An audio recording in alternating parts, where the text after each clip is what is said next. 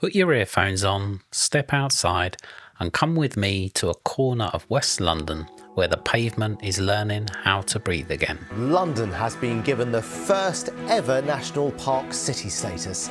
London, the world's first national park city. Come and enjoy, because life's too short, really and truly. And London, wow, what an amazing city. So, greener, healthier, and wilder. I'm your host, Michael Shillings, and in this episode of the Do London Differently podcast, I'm talking with London National Park City Ranger Nancy Turner, a volunteer, neighbour and quiet determined force in the Heston Action Group.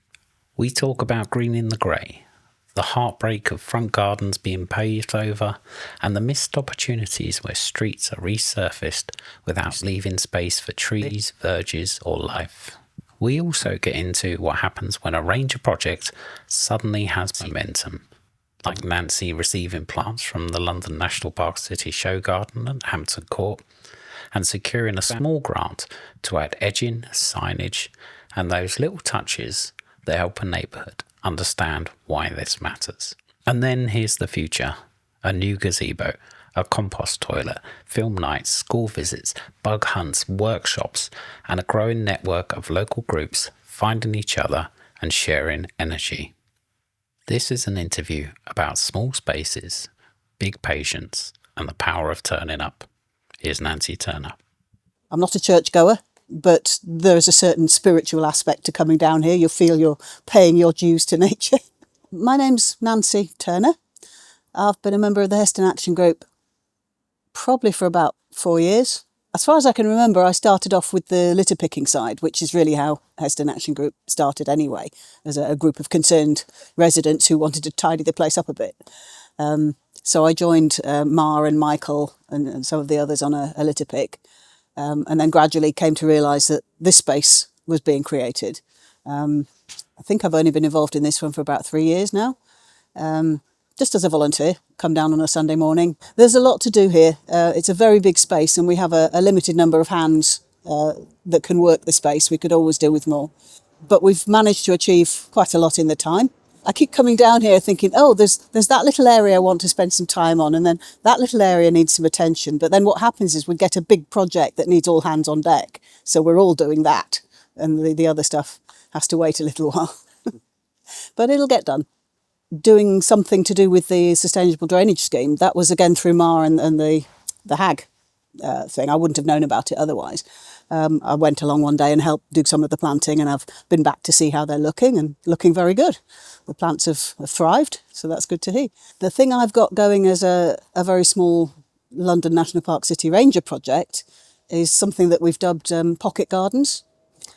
These were actually areas of pavement that had been de-paved, the tarmac and the paving stones taken up by Hounslow Highways about a year ago. But as with so many volunteer projects, it needs somebody to then say, okay, we're going to take that on and do it. And it just came together quite nicely in the last couple of months, as much as anything to do with me getting involved with the London National Park City Show Garden at RHS Hampton in July. So as a result of being involved in that, I was lucky enough to be donated some of the plants that had been in that show garden for use here and in these pocket gardens. So there's me now with a set of plants that I can plant in these areas that otherwise I would have not quite known where to get the plants from. I've been awarded a small grant from London National Park City to make them as nice as they can be, with edging and signage and, things that will explain to people why we're actually doing these things. But there must be other areas within Heston and surrounds which are unloved and unused at the moment. So it could just be that we'll home in on a couple of those sites and say, well, why don't we do something similar with this area? The preference around here, sadly, is for people to pave their entire garden rather than be willing to leave a little bit, left over for nature. It's a campaign that we've been wanting to put out there. Again, I think it needs somebody with the energy and the mindset and the contacts to get a proper campaign going, get council support, get publicity and leaflets and all that sort of thing, get a bit of a buzz going around it. It's just a matter of finding that person and energising them to do it. But yeah, so the de-paving, greening the grey is very much a thing we'd love to see happen. In the road where I've made the little pocket garden opposite Heston School, further down the road, they've been repaving, changing the pavement, putting slabs down. But instead of, as we wish they would have done, leaving the verge green, or at least with tree pits or something, they've just tarmacked the whole thing. So we think that's a huge missed opportunity to green a bit of the grey. Certainly over the last 4 years that I've been involved in this, I have learnt plenty. All of us have a little snippet of knowledge that we share with each other. I don't think any of us really would claim to be horticulturalists. Mar's the one, I think, who's had the most training in all these aspects of all of us. But you always pick up little snippets. You know, people say, oh, I've done it this way at home. We were lucky enough to have some workshops, I think it was last year, from Sally Tilson, who at the time was working for Cultivate London in the Salopian Garden down in Isleworth. She came and did workshops every other week to tell us exactly what we should be planting at each time of the year, the structures that we needed to make to support things, you know, how to prepare the ground, how to deal with it afterwards. That was really useful, and I wish I'd made better notes because she's such a fount of knowledge and wisdom. In terms of hopes for the future, I think the developments we've been able to make in the last year with the new gazebo and the compost toilet have meant that this space is now able to be used for longer periods of time. Up to then, we could only really have workshops in for a couple of hours because we didn't have facilities for people to stay longer, but now we do. So I know the ambition is to invite a lot more outside organisations to use the space. We've had a film night recently with another organisation. They came and put in outdoor cinema.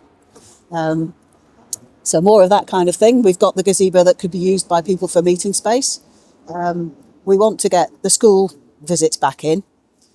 We've had, I think it was 60 children came through from Heston School and did bug hunts and planted things and generally, you know, enjoyed the space and learned their own things. We are now part of the Heston and Cranford Development Network, which is a council initiative, but there's a very dynamic young man called Matthew Curtis who drives that, and he's brought us all together, like organisations like Brinda's group and us and various other charitable groups and other